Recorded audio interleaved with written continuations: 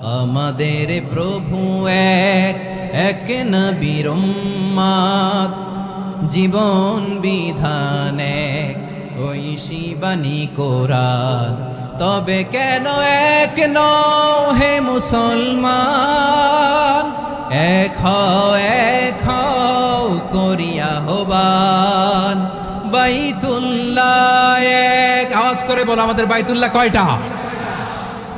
বাইতুল্লাহ এক, মদিনা শরীফ এক, উহুদ পাহাড় এক, বদরের মাঠে একটা তো জীবন আর মরণ যে একটাই, এক সাথে মিলে মিশে একটাই প্রাণ।